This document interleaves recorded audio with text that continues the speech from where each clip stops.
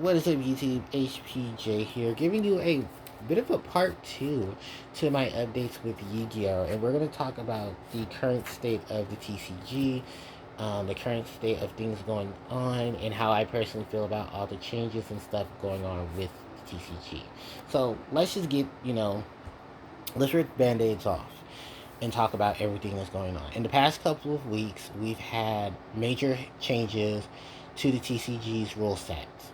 This is simply because, and I agree with the community, Konami is really hurting their product by basically trying to kill off not only the secondary market, but the Yu-Gi-Oh franchise that definitely has been building up because of its player base, its content creators, and its overall those who enjoy playing Yu-Gi-Oh. For those who don't know and exactly what I'm talking about, basically the major rule changes were that Konami has officially said they're no longer doing Time Wizard format and punishing anyone, anyone who is doing any stores that are under OTS that are going to be following the Time Wizard formats.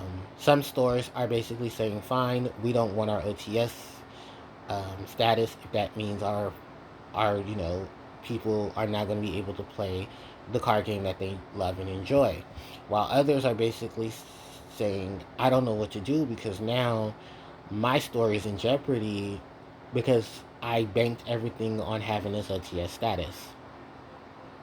Ladies and gentlemen, please, if you watch my channel and you're a store owner who focuses on card games, please do not bank everything on Yu-Gi-Oh! There are so many other card games that you can literally get people to come and play, and do not bet everything on the Yu-Gi-Oh! Trading card game, because Yu-Gi-Oh! Trading card game has so many other issues that it's just ridiculous how Konami treats the TCG players, especially Konami TCG. So I highly recommend do not focus everything on, focusing on the TCG in that regards. And I know a lot of stores that are saying, okay, fine, you don't want to give us OTS packs, you don't want us to be an OTS affiliated store. Fine, we still make product and we still make revenue off of other things. This is as simple as that. I am also going to acknowledge some issues with um, the other ruling that's going on. I think it has to do with time. Bad move on that because I know there were already issues with time and going into time as it is, and now they basically just made it to where it's like, all right, well, if I'm going to sit here for 30 minutes watching both me and my opponent play solitaire, then I guess we're going to be penalized for a game and setups in the game that Konami helped with. So thanks, Konami, just killing your game off even more. Then there's the issue with the ban list, because Konami made a statement about the Forbidden Limited list a few days ago, basically stating that they're going to wait till after Worlds to drop the TCG and OCG's Forbidden Limited. No, the TCG's Forbidden Limited list. Now, my only congestion with that is, damn, y'all really just keep shooting yourselves in the foot. Just release the Forbidden Limited list. What are you waiting for? Are you waiting for Justice Hunters, which I believe at the time of this recording, it should be legal to be played, but I believe certain aspects of the TCG do not have access to it. So, thanks Konami again, because that's literally what's been going on now, is that Konami TCG is not going to have the stuff ready for Justice Hunters in some areas. So I don't know what to tell you guys at that point, but I feel bad for you if you're trying to play Yummy, K9, or Draco Tail, because Konami TCG has screwed you over. I would advise maybe buying the singles online if that's not too much of an issue, but just know that, yeah, I'm gonna pray for Phantom Revenge, because Phantom Revenge is probably going to be a shitstorm just like this, because they basically said some stores won't be able to get things because of distributors, but distributors are getting product from you, and you can't blame the Terps because you guys said you had that figured out. So Konami with these lies. The next thing up to talk about is the structure decks that are going to be coming out in November. Akiza, Crow, and Yusei are all getting the 5Ds are the duelists who are going to be focused on in the 5D structure that's coming out then. I'm going to be doing more content on that because that's what a lot of people have told me they wanted to see me talk about. It's going to be really, really cool to see both Crow and Akiza get structure decks. This also means that Blackwings are getting the structure deck, and Plant slash Rose Dragons are going to be getting a structure deck. Plants have never had a structure deck at all, so this is going to be really cool for them. It's also going to feature cards that are apparently going to be featured in the Doom of Dimension set, which I believe the TCG is going to be receiving very, very soon. I don't have regulation of when that set's supposed to come out. I know the OCG has already received it, so the TCG most likely will get that by time we are to receive information about the OCG getting their next set, which would be the set we receive in the new year. So, while I am very excited about all this awesome information, I want to just clarify some things with some of the players who are upset because Jack Atlas, Luna, and Leo are not receiving anything. Luna and Leo's decks are very strained because there are issues with how those decks are supposed to be formatted. Morphtronic slash Power Tool Dragon slash Power, was it? I forget what that card's name is. The upgrade to Power Tool Dragon. Um, Power Brave or Beyond, whatever. I forget what the name of this damn dragon is. But Lightstream Dragon, there we go.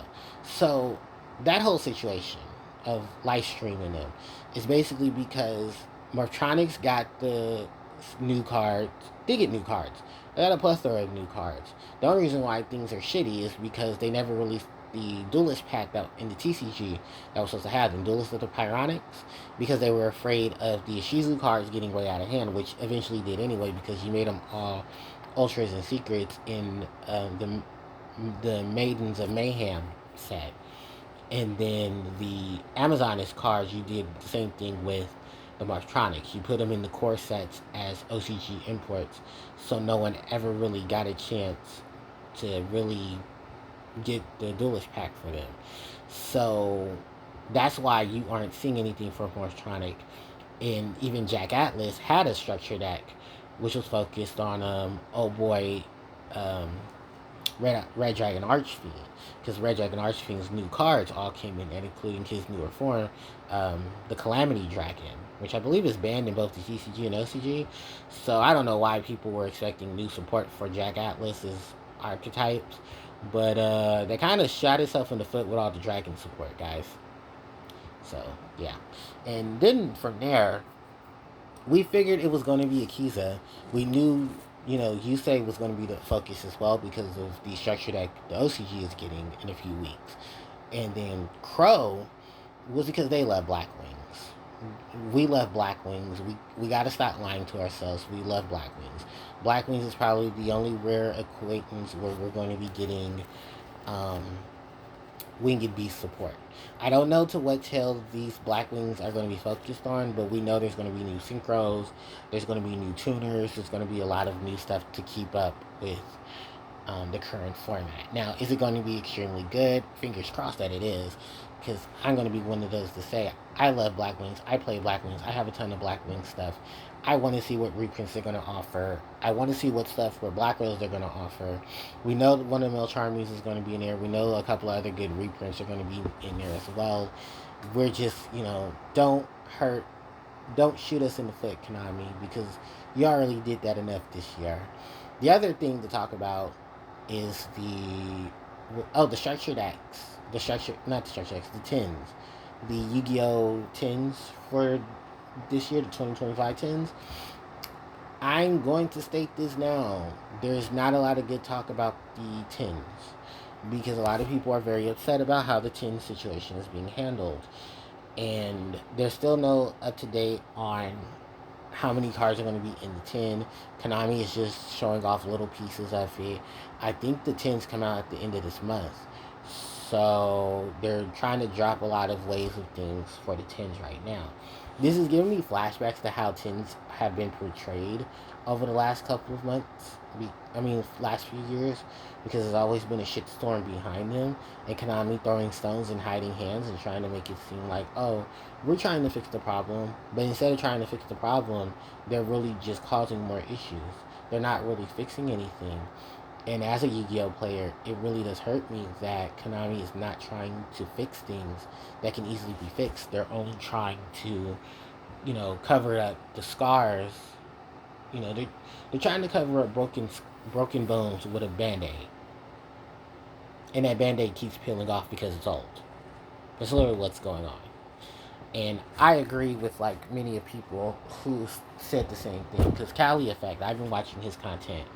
And I subscribe to his channel, and he's basically said it note for note.